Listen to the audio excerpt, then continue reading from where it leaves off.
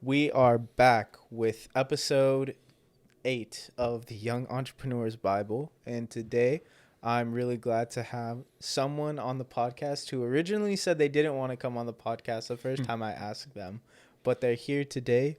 This is the man, the myth, the legend, Bart Bohn. Bart, thank you for coming on today. How are you doing? Anytime I can be associated with the word young, I'll take it. Thanks. All right. So, tell us a little bit about yourself, your career, what you're doing, your experience, all of that. Yeah, I just love standing, the proverbial cliche, standing at whiteboards with founders and just helping them work through whatever the next problem is. And so to make sure I get to do that on a regular basis, I build programs that help entrepreneurs. And so they come to me, so I structurally just get to keep doing that again and again. For the last almost 20 years, I've been part of the Austin Technology Incubator, where I was doing that. And that's the group that eventually launched the Launchpad here on campus and the other two spots in Texas, as well as the SEAL program and lots of other things on campus. And so that's what I mean by trying to create programs. I've done a little bit of that outside of school as well. Created some nonprofits and some tech startups. Been through accelerators myself. Prior life was strategy consulting, management consulting, depending on who you are. Started in Houston with a venerable firm called Arthur Andersen, which crashed and burned 3 years later when Enron went down. So lasted 6 years in the consulting world before I fled back to Austin to work in startups. That's kind of the high level stuff, yeah. Yeah, that's awesome. A great overview. What made you decide to kind of make the switch? Well, I guess besides the company crashing, was there anything that drove that? All my clients were large multi-billion-dollar companies, and so it's logos that everyone recognizes, and that was kind of cool at first, but eventually I didn't feel like I was having the impact on the company that I aspired to. That the politics of my own consulting firms, what it's like to make a run for a partner, is a lot of politics as well. Mm-hmm. The politics of my clients sucked. Travel eventually does suck. When the flight attendants know your name as you're walking up to the gate, and they say, "Oh, it's great to see you again." Like, there's a problem, and that's kind of what you get to in consulting. And so I did that for 6 years. What I realized I really loved was the one-on-one time, like sitting here talking to you guys or with one of my clients. That's the part I loved. And so I was trying to figure out, how can I get back to that? How can I do just purely that? And that's what led me to thinking about incubators, accelerators, and startup world. That's great. And I mean, you have incredible experience. You're probably the most well-versed person that we've had on the show yet, especially in the ecosystem here in Austin. I'm sure anybody that watches this episode will probably know who you are or recognize your name. I guess, could you just tell us a little bit, some of maybe your stories on your time here in the ecosystem? Well, give me some more focus on that, because like the amount of secrets I can spill on people or companies or situations, I'm not going to do that. You exist in a privileged way doing this, and it's based on trust and confidentiality. So, well, I guess let's just start off with like your own founding experience. I know that you had 2 companies. Did you exit both or just one? Yeah, so I founded 2 nonprofits and 2 for-profits. The for-profits, one was eventually called Ravel. We were building a computational platform for web scale data sets, so you could run graph queries against the graph machine learning. And at the time, the way the math worked on computers is you pretty much had to stream a database like the size of Reddit, which we were copying every night, through a single machine. And that doesn't really go so well. Mm-hmm. And so we're trying how to parallelize it. We ended up selling that one to a marketing creative agency based headquarters here in town, a holding company here in town. So that was the first one. That was fascinating. It was me and 15 data scientists of all kinds of backgrounds. Wow. A couple of us spun out of that to go form what became Embrace. And we were this time, instead of exploring graph relationships, we're exploring time. And we focused on customer relationships for e-commerce companies.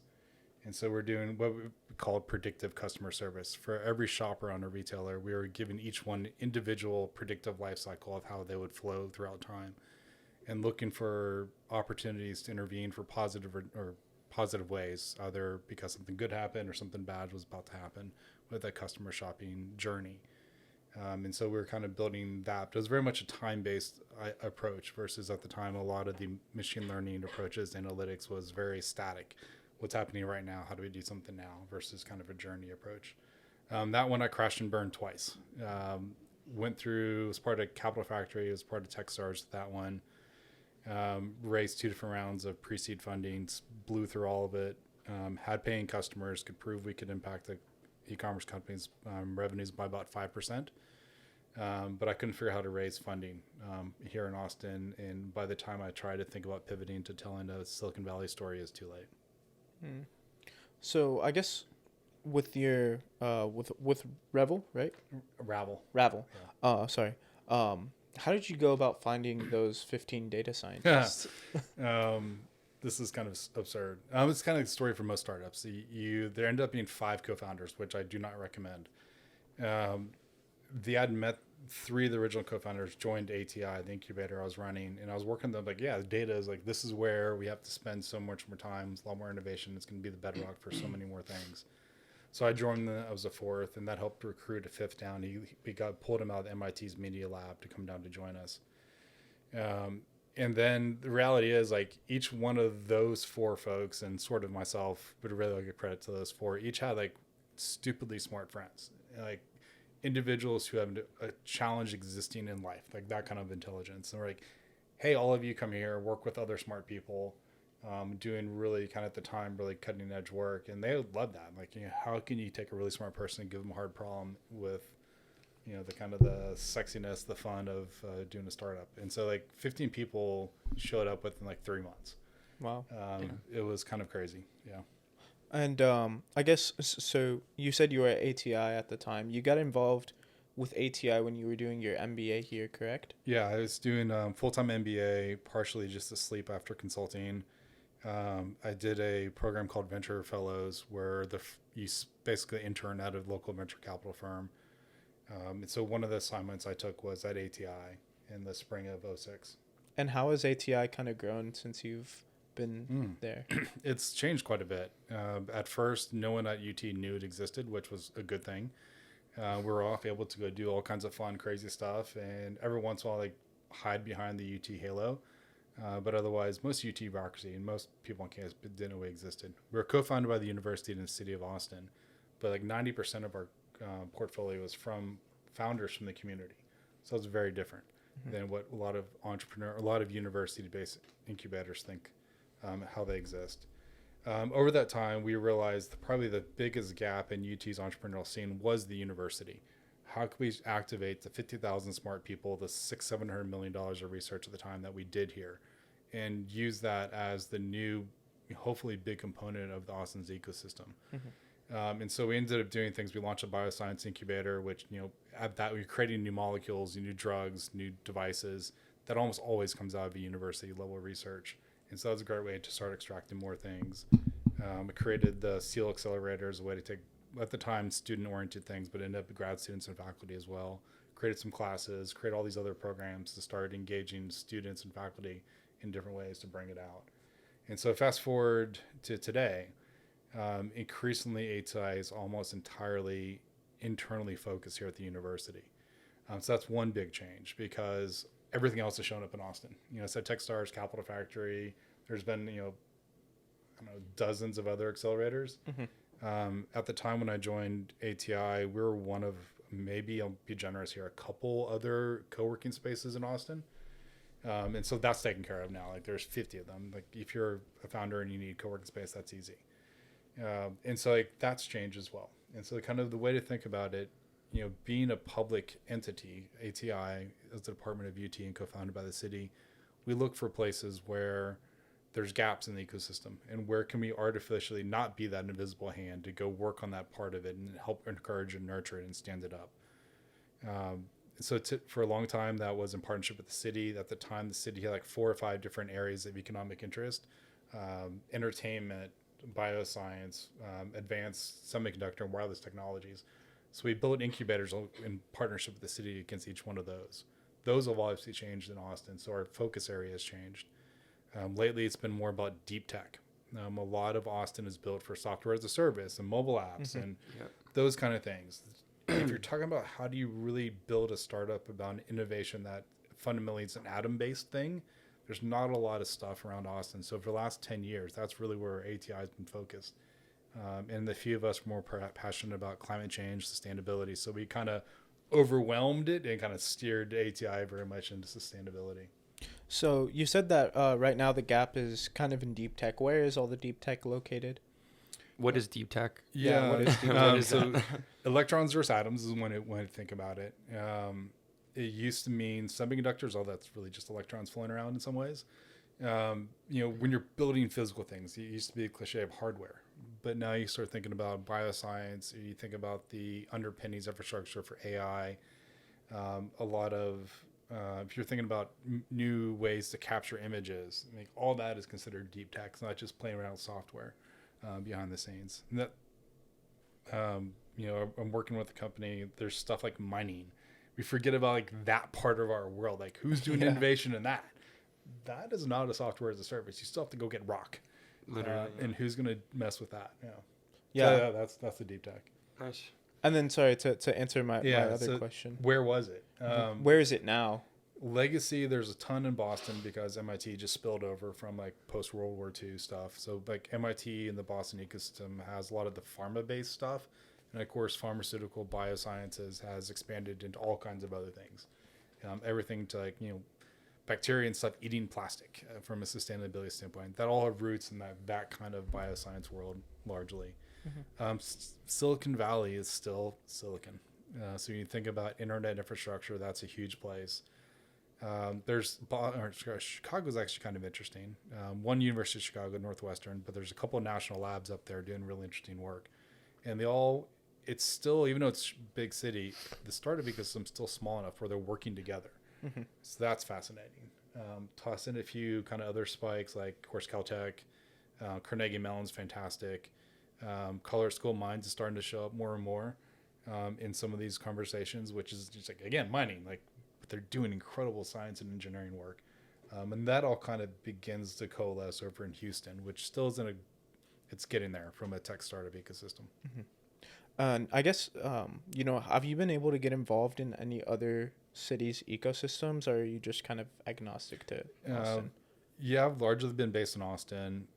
I went and co-founded the Sec Foundry, which was a 501c3 nonprofit startup studio for cybersecurity startups built by veterans. It's that's a lot of stuff smashed together. Yeah.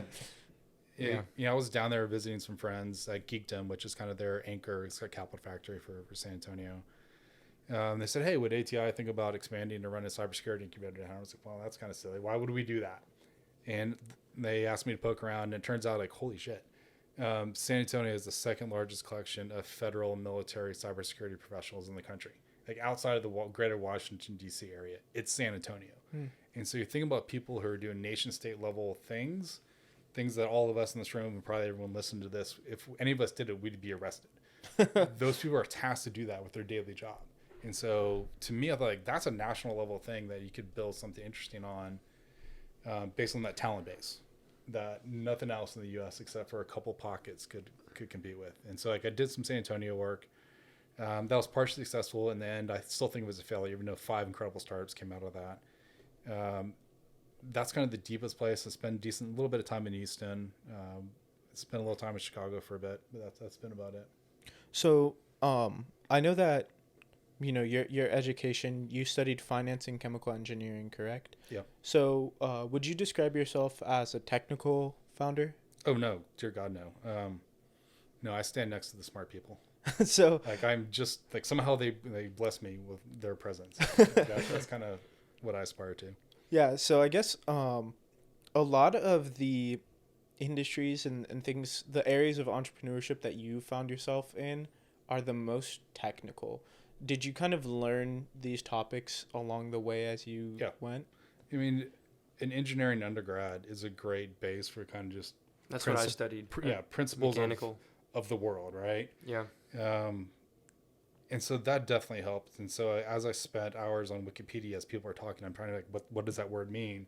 At least I had some background because I took tons of science and math classes and all the things. So that definitely helped.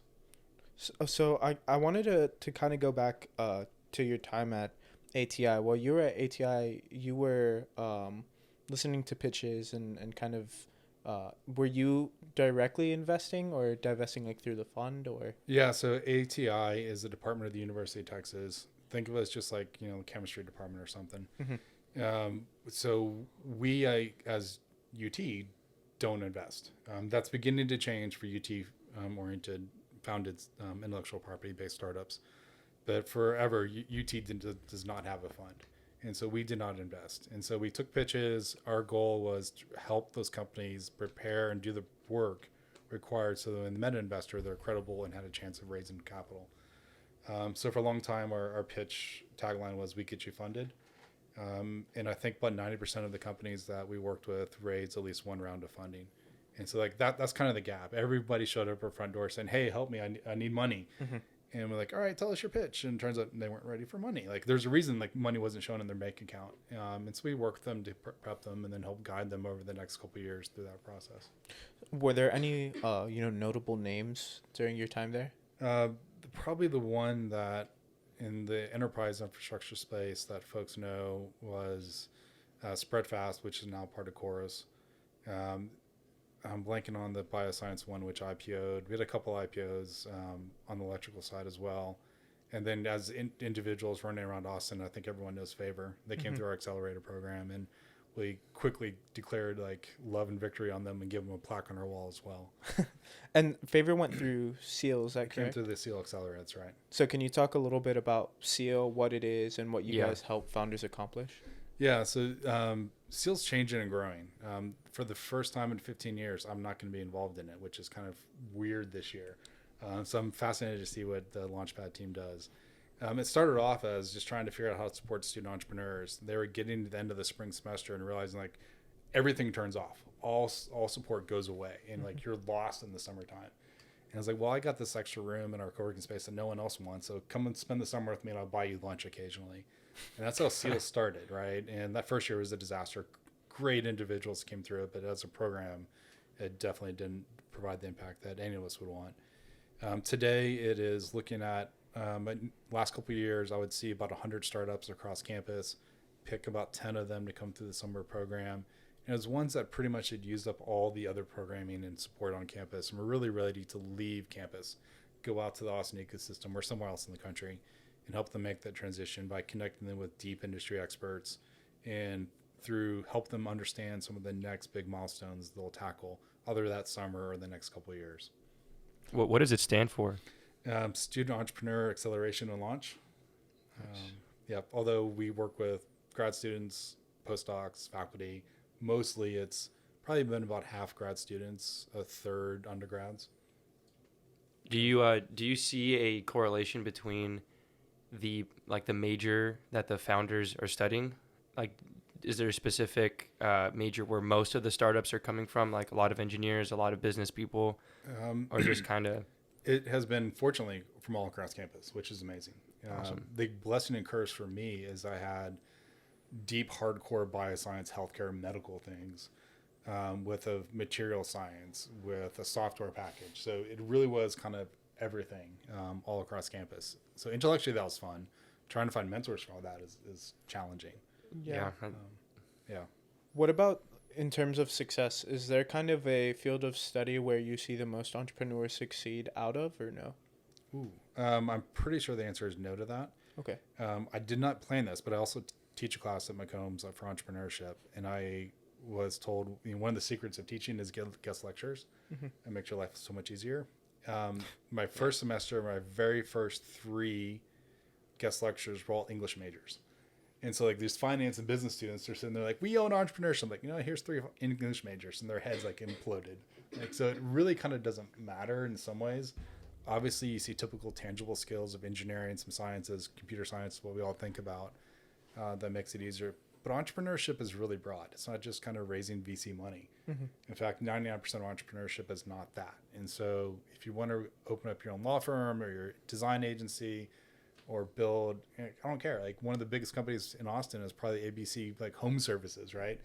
I'm pretty sure that's not anything from deep technical. He just was great customer service and found things that folks needed help with around their home. And that's the example of entrepreneurship that I think we forget about too much.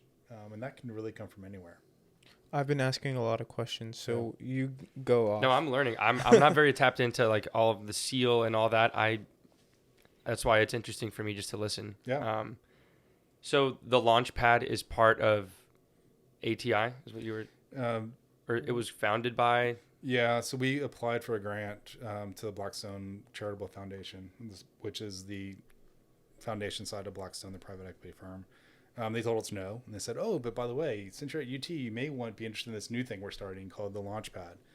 And so we worked with them. My boss, Isaac Barkis, at the time, gets all the credit for this. He and Ryan Field. They applied and got the original grant, and we intentionally set it up at the time. ATI was part of the IC² Institute. And we intentionally set it up outside. So we didn't think that was the right place for lots of reasons. And we put it underneath undergraduate studies, UGS, which at the time I think had 15 or 16,000 undergrad students as part of it. So we thought that was the right organizational home for it. So we created it over there with lots of dotted line governance structures against it. It's awesome. Yeah. For those watching the video, this is the logo, correct? Yeah. And it's awesome that the Launchpad, I barely discovered it a few months ago through Mateo. And it's an awesome place for students to come, do work, hang out around people that are also on that entrepreneurial wave that I think is not very common. And I think the Launchpad's mission is to increase that. And it's really inspiring to be around people that are looking for the same things. Yeah. So could you tell us a little bit about like your classes that you're currently teaching, and maybe just some of the main lessons that you try and get across to your students? I fortunately teach one class. There's two sections of it. It's called Entrepreneurial Finance. It's in McCombs. I think you have to have at least some kind of minor or major in McCombs to get into it. Outside of that, I don't control much of it. The first thing I do is try to unteach all corporate finance, like mumbo jumbo that's crammed into folks' heads that almost no one is ever going to use. And just talk about really basics. Like, here's a customer. Here's how you need to make money on a customer. It's called unit economics. Mm-hmm. Every time you interact with someone, how much does it cost for you to get that person as a customer? When they buy, are they going to buy once or a lot of times? What's the lifetime value? So really basic things. I mean, that's fundamental entrepreneurship, regardless of the type of class you're going to go after. So that's a lot of what I try to focus on. The second half, everyone, of course, wants to learn about venture capital. So we talk about term sheets and safes and convertible notes and VC rounds and management fees and carry and all that kind of that fun stuff as well. And could you explain like a convertible note or a safe in like the simplest terms for someone that may not understand? So a safe is simple agreement for future equity. It means when an investor gives you guys as entrepreneurs, you're promising at some point in time in the future to give them some equity, which means they have nothing right now. They just have this piece of paper that says, I promise. And there are a little bit of boundary conditions on the pricing, how much of the company they'll get in the future. That's a safe. A convertible note is a little bit similar. It's the investor technically loans you money, and they earn a little bit of interest, but they have zero interest in getting that. Sorry, I should not use the word interest. They have no desire for that loan to be repaid. Think about your car loan, your home loan. Like, they don't want it repaid. They want to eventually be an equity owner in your business. And so at some future point in time, that will convert over to an equity stake. There's lots of terms that associates with how that happens. And I guess for kind of the most successful raises, are they typically done as convertible notes or safe or, debt? How do I answer this? What do you mean by successful raise? For example, Favor. Whenever Favor raised, right? They're probably like the most notable company to come through in the past couple of years. Did they do a safe note? I actually don't know that. Okay. The safe notes, convertible notes are by far the easier version than directly selling equity in your business. They're cheaper, they're faster. A safe note is like 1/2 pages of actual content. And of that 1/2 pages, there's like 5 sentences that matter, that anyone should be able to understand if you kind of have basics against it. And so in that sense, they're the least friction ways to sell equity in your business and to raise capital. As far as successful goes, a lot of investors eventually want to understand how much of the business they're going to own. So I would actually call that more. But then there's lots of lawyer fees, lots of negotiations on valuation and stuff. And Safe Notes didn't come around until like the early 2010s, right? It's probably about right. You know, call it 10 years ago. What was it kind of like before then? Convertible notes was the gap before. And really, Got it. convertible notes were not meant to be real rounds of funding. Mm-hmm. It was meant to be you raised an equity round and you're going to run out of money a couple months before you could raise the next round. And it was really meant to just bridge you the last 3-6 months. And so that's really why convertible notes were built. And then they got kind of extended into entire rounds of funding. And so that was kind of what reality was for 10 years. And then people realized that doesn't work. There's lots of challenges with convertible notes. They work fine. There's some challenges. And so safes were created, popularized out of YC for that reason. Got it. I have a question about the convertible note. Yeah. I'm learning about it just now. Does it have to convert into equity, or when you said that they don't want it to get paid back, can you elaborate on that? Yeah. So one of the reasons you don't sell equity in the business and you take convertible note instead is because you can't agree on valuation. So like you as an entrepreneur, like my company's worth a ton, and the investor's like, fuck no, it's like way down here, right? Yeah. And when you're really early stage, like you're both arguing with no data. You're just like, I feel. Feel means you know nothing, right? So like you can't get the impact. Like screw it, here's some money. We'll let a professional investor come in later to do this. And so it really is meant to be equity. It is debt, which does put them into a senior debt holder position in case the company goes under. But normally there's terms to handle early liquidation, or if the company goes under, what happens. That's built into there. Okay, cool. I don't know. We're talking random details. Is that making this? It makes more sense. It does. All right. So I know one of the other, things that you were kind of instrumental in getting started or getting off the ground was 3-Day Startup. Could you talk a little bit about 3-Day Startup? What is the program, and maybe some of the cool shit that you've seen come out of it? So it started with primarily two guys who were PhDs in computer science here at UT. And they realized like entrepreneurship was kind of hot and up and coming. And they realized that they were tired of sitting through another lecture. Like, this is stupid. If we actually go found a startup, even if it crashes and fails right away, we're going to learn more doing that than sitting through yet another lecture with PowerPoint and somebody, clicking through it and spouting randomness. And so they got a bunch of folks together for the first weekend, and it ended up being 40 people over a weekend to just hack and build a startup. Mm-hmm. And a couple weeks before that, I got introduced to them, and I was like, look, I'll be your mentor to help kind of do this and help coach you through it.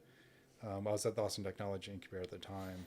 So that was the first weekend. Ended up being creating a company that was eventually called Moodfish. It was finding music or live entertainment based on the mood you're in or kind of wanted to be in. So it was way ahead of its time in that kind of AI type of approach. Yeah. But the idea still goes back. Entrepreneurship is something, it's an experiential learning thing. You can listen to it, you can hear us talk about it, and you should do those kind of things as a student of it, but eventually you just go do it. Entrepreneurs get trapped into this idea of, I'm not prepared yet, I'm not ready yet. If I just do this one more thing, I get this one more credential, I do this one more piece of study, then I'll be ready, then I'll go do it. Some of that is a little bit true, but otherwise, you can go do it. And so that's kind of the spirit and the mindset of a 3-Day Startup. It provided 3-day, as you might guess, kind of deep workshops on entrepreneurship with modules about customer discovery, financial planning, business model, pitching to investors, team brainstorming, all that kind of stuff. It was a very structured and educational way. And then as we worked with other universities and corporates, created all the way down to half day. It started here at UT. We ran that first weekend, I think it was April of 2008. We ran the very first one. And over the next 10 years, grew to run programs in 35 countries, impacted 20,000 young individuals around the world by this point in time. So it's been really cool to see how someone has such a deep, visceral experience. They love it. Like, hey, my community that I'm going back to or I want to go move someplace else. This would be great there. Can we bring it over there? So for the first many years, it was participants spreading it to other communities around the world. So that was just kind of amazing to see that level of connection and impact with individuals. I think that's really awesome. I think a lot of people in the social circles that I find myself in have ideas for some kind of startup. They always talk about like, I really want to start this business, or I want to buy a car wash and run that, or I want to start a digital marketing agency, whatever it may be. And it always gets stuck on that idea phase. And I think you hit that pretty well with like, it's fear and feeling like you need to be perfectly set up to do it. And I think most of the stuff I've learned from, running a business is just like, screw it, just do it and figure it out. And like, for example, do you want to talk about when we were cleaning up trees and branches and stuff? I don't know if... Yeah, I mean, we've said this story a couple of times on the podcast, but it was whenever the last ice storm happened in February, yeah. He was just like, oh, like... I got a truck, let's go. I was driving... No, we didn't have a truck or equipment or anything. We literally... I saw a bunch of trees. Every neighborhood was completely decimated. And I said, you know what? I'm going to call up my friend Mateo, my friend Nick, and my brother. I rented a U-Haul. I bought chainsaws and spent like $2,000 doing all that. Fun. Yeah. Made it back in a day, and we worked for 3 days straight, 6 a.m. to 6 p.m. Paid our rent for the month in like 3 days. It was, I guess you could say that's kind of like entrepreneurial, just like seeing an opportunity and seizing it, and just like going for it. That's great. Well, I'm kind of envious sometimes because I think back to like whenever I was younger and I was in high school, and there were kids that had their little pressure washing businesses or car detailing businesses. And I remember always kind of like looking down and being like, oh, like this is stupid. Like, why are you doing this? You're wasting your time. But in all honesty, they were ahead of their time, bro. Way ahead of, way ahead of me. And so I think like I always kind of promote that when somebody says they're interested in entrepreneurship, especially if they're somebody young, I automatically tell them, get started now. Do you know how to mow lawns? Go mow people's lawns. Do you know how to pressure wash driveways? Go do that. Whatever you can do to get started, I think you just have to do it. I guess what advice do you have for early stage companies seeking funding? You mentioned that a lot of the companies that came through ATI weren't ready. What do you usually see are those pitfalls for like those unready companies that are consistent? There's a whole category of stuff they didn't understand how investors, they work themselves. If it's just you're pitching an angel who's just a rich individual, that's one version of what that person's looking for. But a professional investor is thinking about very different things sometimes because they have fun with the finite life cycle. They have all kinds of other stuff happening. And so there's a category of that stuff. As far as getting the business itself ready, the deep connection to the problem and the customer, I think, was probably one of the biggest challenges. A lot of our founders, the average age of our founders is probably like 40. And they were 15, 20-year engineers, scientists. They've been out in the world doing real things and saw this gap and like, hey, that thing is not being solved in my company or any of our competitors. I'm going to go do it. And so this whole gets brought up in the category of go-to-market strategy. It's how do you get connected with the customer on a repeatable, sustainable way that lets your company grow in an efficient manner. Early on, when you're an entrepreneur and you think about just knocking on doors, power washing, like you spend all your time knocking on, hey, can I do this? You're driving around, like jumping out. How many people told you no, go away? Most. Right? And so that is incredibly frustrating as an early founder of a business.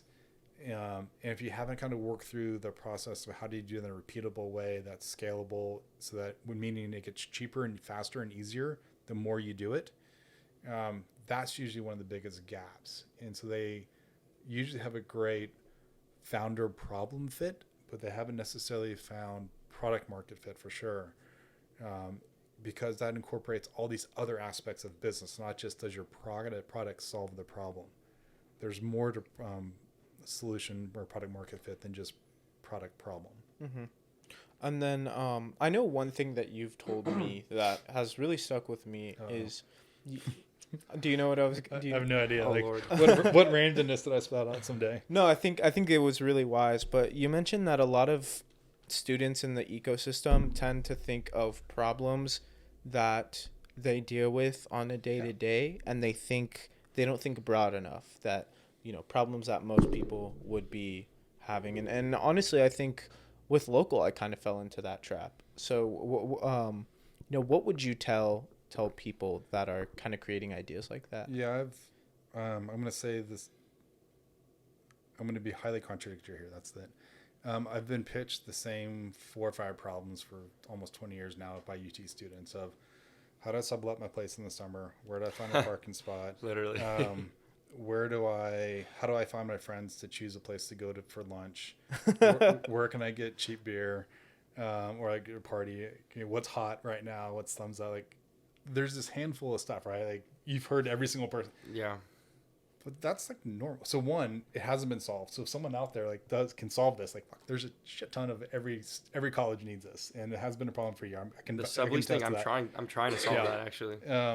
So that's one comment. Like, please, someone figure that out because I'm tired of hearing it. And there's a huge market opportunity. Second is the reality is you can only perhaps try to solve problems you've encountered in some way. It's really challenging for you to abstractly read about a problem and then say, oh, that's what I want to go solve, that thing way over there, because you don't have any lived experience to it. And so a lot of times we hear there's a gap between intellectually understanding a problem and having that emotional, visceral, lived experience of something related to it. And because you uncover all new insights, as much as we think we're rational and markets are rational, they're not. And so understanding the emotional side of problems and what's blockers and why solutions have failed, let alone having that deep, passionate connection to something that will sustain you for 5 years, 10 years.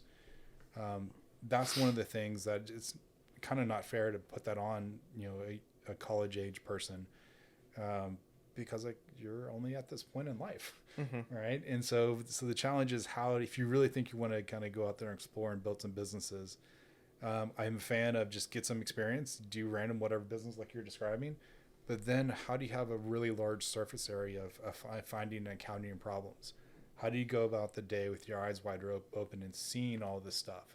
Eventually you'll feel cursed because you see all these problems and start pulling, like, figuring out what the hell is going on, why is that? And it gets really complex. And so part of it is just like, exploring.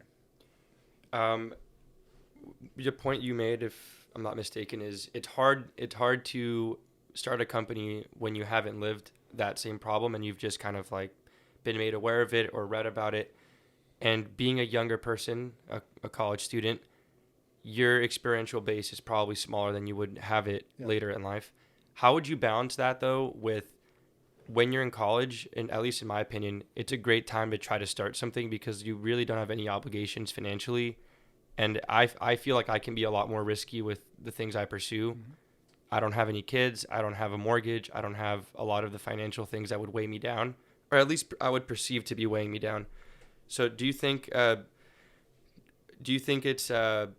if there's, most of our audience is young entrepreneurial students is what we're marketing towards.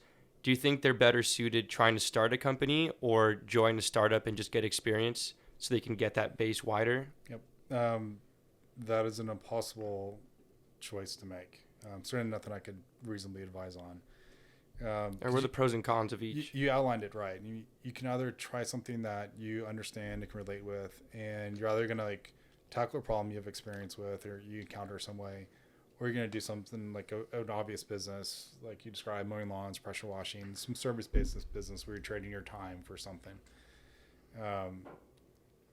In that case, you're learning fundamentals. You're learning what it's like to get a customer, to have someone pissed off. What happens when someone doesn't pay you and you've given them an invoice? And you're like, shit, like, pay me. Like, how do you resolve that, right? And those are like fundamental things you eventually have to learn about business. Yep. So like, that's awesome. You go in and join, being a co-founder or being an early employee of someone else's business is an awesome opportunity as well. Because you get to, perhaps learn from someone who's been through this process once or twice. You get to be part of a team. You get to go do things you wouldn't otherwise get exposed to do. So they're both different opportunities. I do think way too many people feel like entrepreneurship has to be their idea. And so it's okay if someone else's. The one thing caveat to that is you hear the phrase fall in love with the problem. And so there's these big, massive problems out there. And whether or not you are starting your own company to tackle that problem, you're joining someone else's, chances are that problem's still going to be around in some way 5 years, 10 years, 50 years later, because it's that big and that messy. And so there'll be plenty of time for you to, if you join someone else's tackling that problem, learn about it and help you understand where the opportunity is for you to do your own thing eventually. So I wanted to ask, how did you get involved in climate investing? Were you always very conscious about, climate change, global warming, things like that, or did that kind of develop over time? Yeah, I mean, my undergrad was a chemical engineering degree with environmental sciences minor. And it was close I get to real environmental engineering. At the time, a couple of us were coming in to Trinity University down in San Antonio. They created an environmental engineering class for a couple of us, which is amazing. Like a university does it. Like that wouldn't happen here at UT.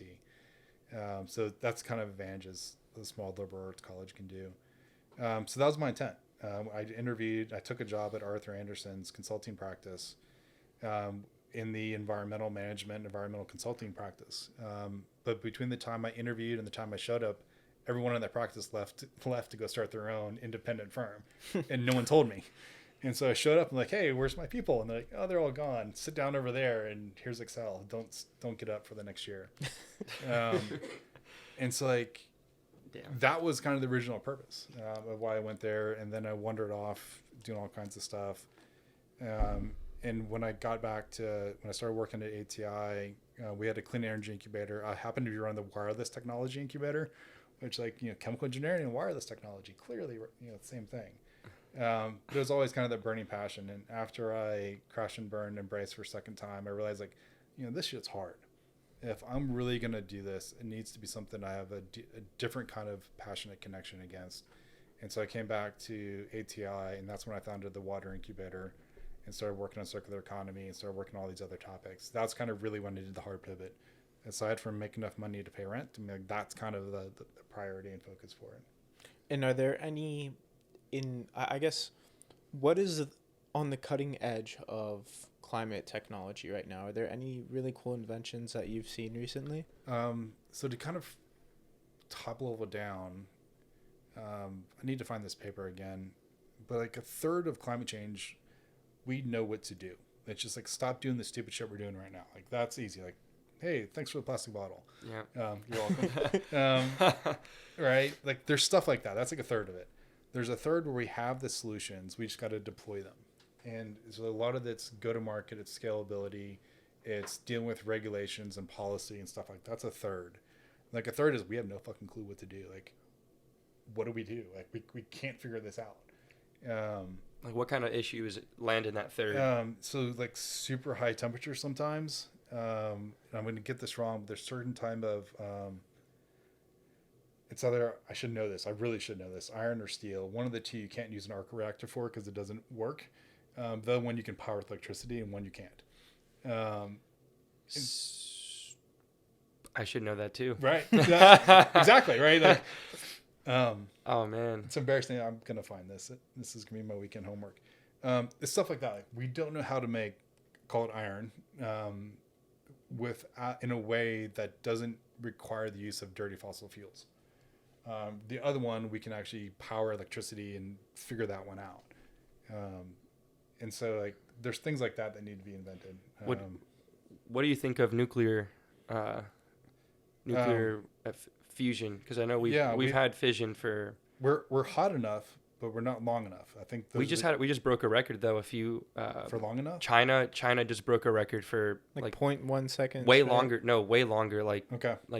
Full integers. I think it was 3 seconds. I was like, holy shit. Full integers. Yes. I was like, no more 0.02 sustained temperature or whatever. It's we finally broke through, and it's kind of. I think I like to watch a lot of videos about this kind of stuff. So I think fusion is going to be really, really big, but I think that's 30, 50 years before it's able to be really Yeah, I mean, scaled, that was the punchline for AI until it wasn't. and then it just slapped in the face. Yeah. Now. Yeah, I think with fusion though, do you think a lot of the problems around sustainability, at least from my perspective, they're based around our ability to produce energy? There's he's now, I think, passed away, professor at Rice University who invented buckyballs and some other things. He put a hierarchy out. You solve energy, you can solve water. You solve water, you solve food. You solve food, you solve security. You solve security. Like, you can just go down the list. It's all energy. It's a domino. You have to make progress against all of them. But eventually, energy is the one that, if you get that one, you make it sustainable, clean, ubiquitous in ways that don't cause other trade-offs, you're good. If we tackle one of the other ones, we're causing problems elsewhere in a way that is it's just problematic. Yeah. Yeah. I think one hot topic that I hear very often with sustainability is that a lot of people who are pushing for renewables, other people will say like, well, we can't produce the, I think you were saying like we can't produce carbon or the iron without using a bunch of dirty fossil fuels. Like we can't build all these solar panels without using a whole bunch of these other fossil fuels to create them. What do you think we're at the point now with the efficiencies of these technologies to where the benefits of them outweigh, the dirty fossil fuel costs to implement those solutions? Well, yeah. Certainly that's the case for solar and possibly for wind. The only question is, what do you do with the turbines after they had their 20-year lifespan or 25-year? Because they're starting to pile up. Like, there's massive piles of them. Where do they go? Like the dump? Let's not call it a dump, but they're sitting on top of swale somewhere. Okay. Yeah, like there's large gatherings of them having their own retirement party. Yeah, it's a problem. The answer is, I think, yes. There are second order problems we're starting to encounter. So things like solar and the battery stuff. Where do you get the minerals from? Is it child labor? Are you like all these other presses? Exactly. Like, right? The good news is people are working on those now. And so it's one of those things where you keep, you solve one part, it opens up a new one. Like, fine, that problem is smaller than the last one. How do we work? And I don't want to mean like a human suffering is smaller than the last one, but like they're more tractable. Yeah. And how does that look on a global scale with perhaps, the U.S. is one of the cutting edge in the technology space globally. Yep. If we even look just south of the border in Mexico, like they, you don't really see homes with Tesla solar panels on them and people with hydro flasks and a lot of those things are just from, like they literally will have homes built from the plastic water bottles and things like that. How once the global leaders kind of get the technology down, cost is cheaper, efficiencies are higher, I think we're kind of going into that green wave. How do you see that propagating into like second and third world countries and entire continents that aren't very developed? Yeah, my hope is it looks like wireless technologies. Like a lot of developing worlds, they skipped over landlines and went straight to wireless. So they didn't have that initial wave of destruction and problematic, which was critical for us to evolve. Like we had to go through that. And so my hope is that that happens. The nonprofit I run, we do a lot of work in Puerto Rico, which every couple of years a hurricane comes through and wipes out the electrical infrastructure, destroys homes, fields, like all the kind of stuff. And so they're probably one of the communities, hopefully, that will be the first one to think about widespread deployment and rebuild of sustainable, resilient infrastructure in ways that you're describing. Yeah, I think that's real interesting. There's a lot of things that we just in the West or even in Austin just kind of always have, like cell phone service, refillable water bottle services on campus, and air conditioning and all that. And if you travel to other places, you realize like the whole world they're living in a completely different environment, and they don't even think of like nuclear reactors or any of that. No, and I think that's true in the U.S. even. We've proposed a study with the University of Michigan to understand when you're thinking about creating a more sustainable home. A lot of homeowners will not choose the same sequence of things that are rational, particularly if you get lower income individuals. I just want the roof to stop leaking. I don't care about these other things. I don't care about solar up there. I can't have solar. My roof isn't strong enough. Like I need a new one. Well, that's 25 grand. I can't afford that. So what else can I do? I would love for the sink to stop dripping so I can sleep at night, because I can't sleep at night. I can't do this, right? It's really fundamental things. That's not necessarily the optimal choices from a climate. It's just like people make different choices. And that's true here in the U.S. We forget how lucky we are in Austin that's doing relatively good. Compared to lots of communities, and we have a relatively privileged life here on campus for sure. Let alone most of the communities our students live in close by are really nice communities compared to a lot of the U.S. even. Yeah, absolutely. Yeah. We're kind of running short on time. We've got about 10 minutes left, so I wanted to wrap up with just some random questions. I asked some of the people at the launch pad to tell me things that the general public might not know about Mr. Bart over here. First thing I want to ask you is, you're obviously always super busy. Shannon described it as you've usually got 4 to 5 things going on at once, and that you've trained yourself to take 10-minute naps.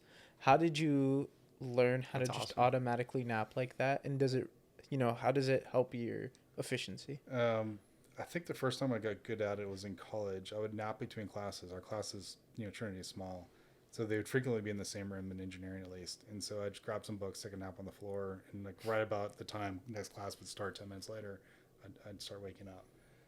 So that's kind of when I first started good at it. Otherwise, it's like the 10, 15 minute, 20 minute cat naps, shut down, reboot, get going again. That's critical in life. I couldn't function without that. Do you drink caffeine? Yeah. Do you do caffeine nap where you drink it and then you nap, and when you wake up it's hitting perfect timing and it's like that? I have done that, yes. I'm real big into this optimization of my routine and I need to try that. Caffeine napping and taking naps with my feet elevated for the blood. I don't know. I've looked into all of it. Yes, all of that. So Shannon also told me that she knows me since 2006. Yeah. This is dangerous. Where this is going? I'll go with this next one.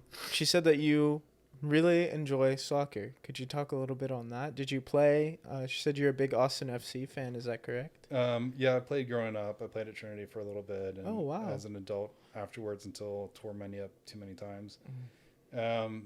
Yeah, for a lot of years I couldn't watch it. It was just painful to watch even.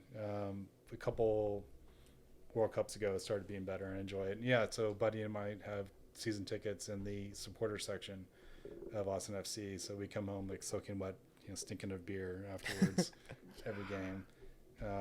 Yeah, the first game I went to, I didn't realize how intense it was going to be. I kind of seen it on TV and stuff for the other MLS teams. It's like, shit, I have to go join a gym. It's like I joined the gym the next day after the first home game. I was so out of shape, just so you can cheer and dance around and have a good time there. How have you seen the MLS kind of expand? I mean, it's been growing pretty impressively here in the U.S. Do you think soccer will become like a mainstay sport soon, or no? It's definitely changing quite a bit. I mean, MLS was the reason we got the '94 World Cup was because we agreed to create MLS, and so what you're seeing now has been going for a little bit. Yeah, it's definitely very different. Just think about when Beckham joined LA Galaxy. I think one of his requests was, at some point in the time in the future, I'll have the option to buy a MLS team for $25 million. That turned into Miami, which was $500 million. It's like, they're like, sure, no one's going to pay $25 million. You can have that in your contract. Who the hell would ever pay $25 million for a franchise? Dang. It's like, what you're seeing is kind of a modern version of this. So it's encouraging. Do you have any favorite international clubs? Just the cliche ones, right? Nothing too fancy. Chelsea, Liverpool. Yeah, then throw in Boca and Real Madrid, and yeah. All right. Yeah. And then the last thing Shannon told me was that you like to split your time between here and Montana. So do you have a property out in Montana? What makes you so attracted to Montana? Yeah, I aspire to actually be able to say, yes, I have a place I can go drive up to and go live in sometime. It's kind of the only other state, Montana, Texas, and maybe the Bronx, the only places that have swagger in the U.S. Okay. Okay. That level. Maybe that's kind of very Montana. Texas biased, but like, yeah, get out there some cowboy shit. Where in like, Montana? So this is the compromise. Like, spend time in Missoula, which is kind of like Austin or Berkeley, but in the mountains. Oh wow, that's really wow. cool. And much smaller. So like, don't go there. They're freaked. They have the same problem Austin does. Like, everyone's showing up. How did you find Montana? I'd been going there probably since college to fly fish, and so like being up there, being out in nature, and coming from Texas, like, oh yeah, wide open spaces. So it's really nice. And got back through there a few years ago. I was like, oh, this is actually, as an adult, I enjoy this in a different way. Do you like ever hunt when you go out there, or just mainly fish? Just fish. I hunted when I was growing up as a kid in South Texas, and did that a few times, and that was that for me. Is that where you're from? South Texas? I grew up outside Houston. Outside And I was like, Houston. behind our homes were cows until Katy. Wait, which part of Houston? I went to like sci-fair schools. Oh, okay. Kind of way out I-10, but almost to Katy. Got it. Yeah, I'm Katy. from Katy. I grew up out Yep. there. That's awesome. I didn't know that. All right. Well, Bart, thank you for coming on. I really appreciate it. We're just about at time. Before we go, is there, anything you want to leave the audience with? Maybe some things that you want to plug or just tell people?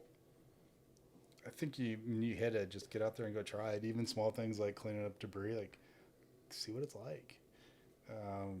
That's a great low risk way to do this. Worst case, you're out $2,000, which by the way, like, I realize a lot of folks don't have $2,000 to go do. It's on a credit card. Yeah, like, and you got 30 days. Like, oh shit, how do I make it back? Yeah, like I'm just a fan of that for a while. In fact, if you can do that for the vast majority of aspects of your life, do that as much as you can. Cool. And if people want to reach you or know more about you, Bart Bohn at UTexas. I don't know. It's austin.utexas.edu. Yeah, it's like I'm in the directory. awesome. All right. Thanks, guys. Till next time.